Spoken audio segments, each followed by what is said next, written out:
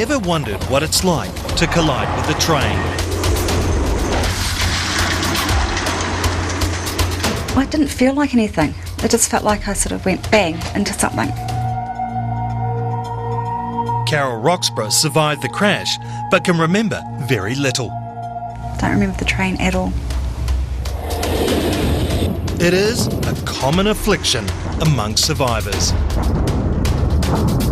Do you remember the train? Nothing, which I guess I am lucky for.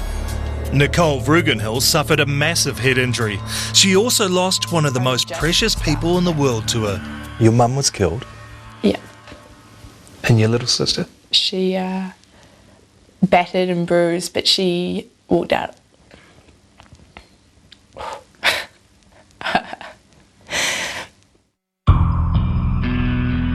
It took nearly an hour to free the South Canterbury train driver. He's been taken to... Over the past 10 years, 176 people have been killed and another 522 people injured. When tragedy strikes, the focus is normally on the pedestrian, the motorist. But there's another victim, a silent victim, and that is the train driver. Every day they go to work knowing they could kill or maim someone through no fault of their own. People get that misconception that you can stop these on a dime, but you can't. All you can do is put the brake on and hope for the best. Those lucky enough to survive often remember very little. But every horrific moment is embedded in the memory of a train driver forever. I've hit someone and she jumped down in front of the track, waved the hands, the windscreen, hands hit the windscreen, the hands just go straight down. Stopped the train, opened up the door, looked down, and there was this, I think it was a young schoolgirl, maybe 12, 14, and her eyes opened and a hand reaches up and the words that come out of her mouth was, "Help me, please." What do you do? Don't mistake the smile for callousness. Charlie has a lot to be happy about. In 30 years, he's had no fatalities. She actually survived, lost her leg. So yeah. And you ask any driver that's had a fatality, which would be worse than what I'd had, and they could tell you stories, nightmares. For some drivers, death on the tracks is an occupational hazard. How many accidents have you been in? I would have had, over the years, a dozen or more. Some minor, some serious, and 2 fatals. 2 fatals? Yeah. For years, drivers like Laurie Knight have hidden their trauma behind a culture of silence. This is the last thing that a lot of people ever see when they're hit by a train. But Laurie has had enough of silence. One guy many years ago had an accident, went back and kicked something which he thought was a ball. It was a head. You're not painting a very pleasant picture. I don't mean to. You know, it needs to be graphic. People need to know what can happen when you're hit by a train. And it's not pretty. So how often do you have near misses? Near misses can happen up to 2 to 3 times a day. I've been before where I've just missed a car and looked down as I go across the crossing and 3 children waving to me out the back window, and you think, how ridiculous. The face of one little girl will be forever etched in Laurie's memory.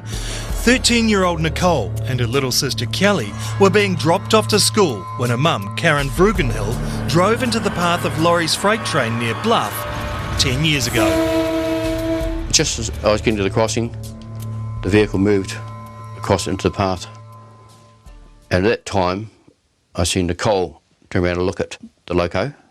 Then she must have called to her mother. And the last thing was Karen took a quick look. Do you remember the look on their faces? Yeah, I do. Like a death mask. 40-year-old Karen Vrugenhill was killed. Kelly walked away with barely a scratch, but big sister Nicole suffered a massive head injury. It's pretty emotional. You know, there's tears for 2 or 3 days. Are you curious what became of Nicole? I've always been interested in how she's got on with her life. Yeah, because with some that suffer head injuries, they never have a life after.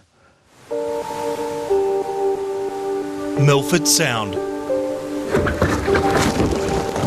It is about as far away as you can get from a train in New Zealand. Are you guys game enough to go in? And a happy hangout spot for Nicole. The great thing with me is I lost so much memory that I have no sort of emotional connection with the accident. I woke up and I was like, wow, life is different.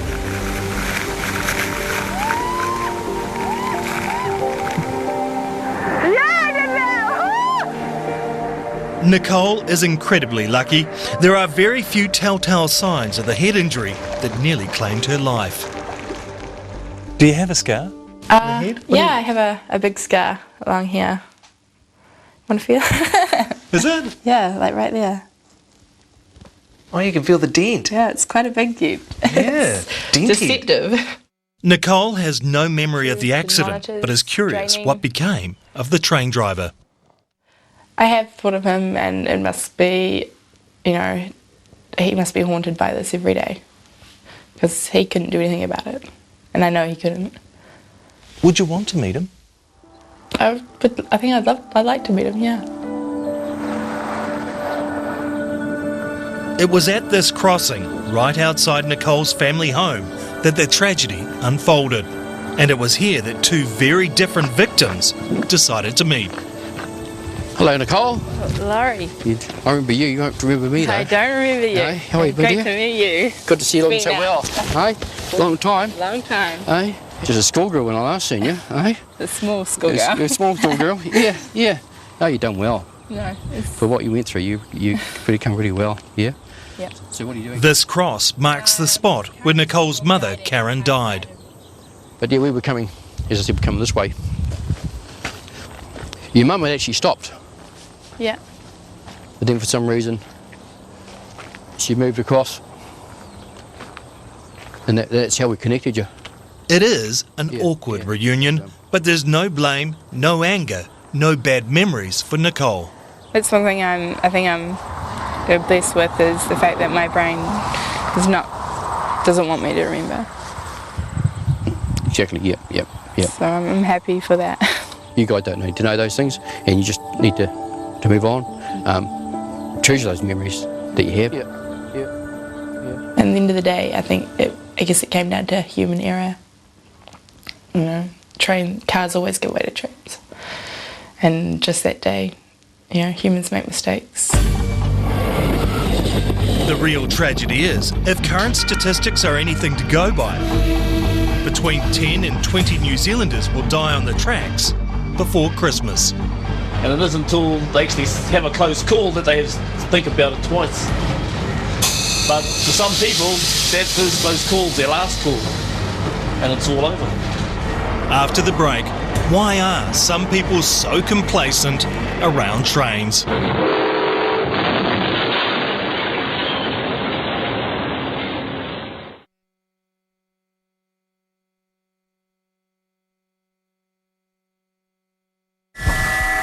Call it arrogance, stupidity, or natural selection.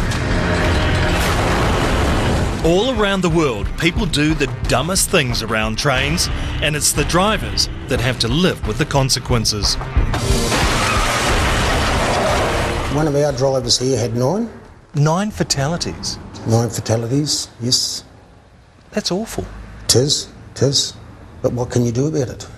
You're sitting According in the to driver's Ken seat. Collins, near misses, accidents and fatalities are all part of the job. If you can get through, say, 40 years on this job without having a fatality, you'll be very lucky. You'll be very, very lucky. Ken almost got through 40 years, but his clean streak ended when he ran over someone who'd fallen asleep on the tracks. But, hey, you get on with life. Right. Yeah, you just get on with life and carry on. Yeah. You don't have to be a psychologist to recognise the impact on Ken. You've got a tear in your eye. Oh, well, yeah.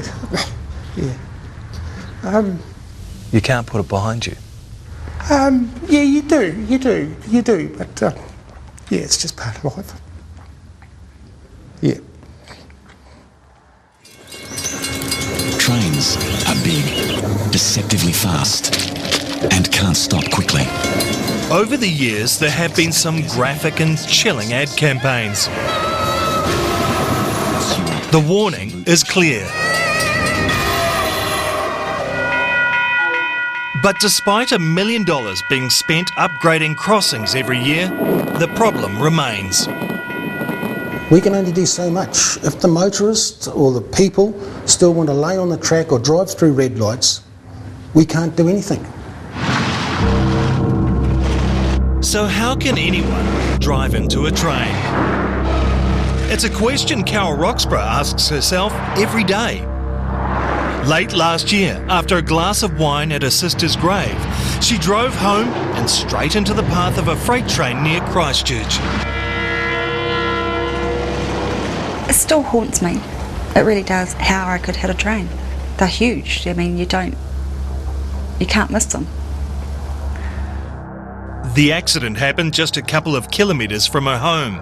One of the first to the scene was her husband, Daryl. Yeah, very frightening. I couldn't fathom what was going on.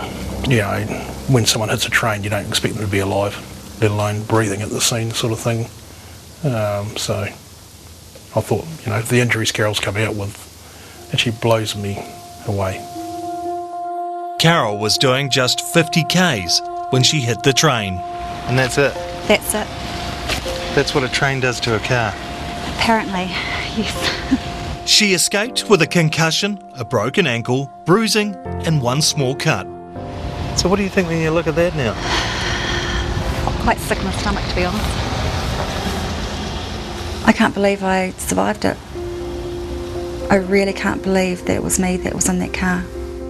But neither Carol or Daryl blame the train driver. I feel sorry for him. At the end of the day, my wife done an idiot thing. And, you know, if she'd have died, well, that's on his mind for the rest of his life.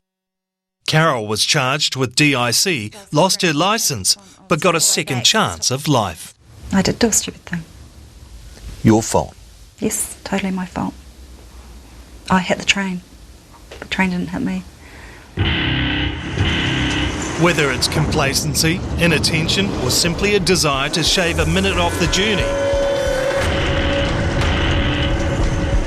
many Kiwis are playing a dangerous game of Russian roulette around trains, and it is the drivers who have to live with the consequences. And when you consider it can take a fully laden train a kilometre to stop, the consequences really are dire. It should never happen. They've just got this attitude that, you know, we can beat a train. Well, if you misjudge it, you won't beat it. The train will get you. And if you can get out of it alive, you're going to be very lucky. You're going to be very lucky.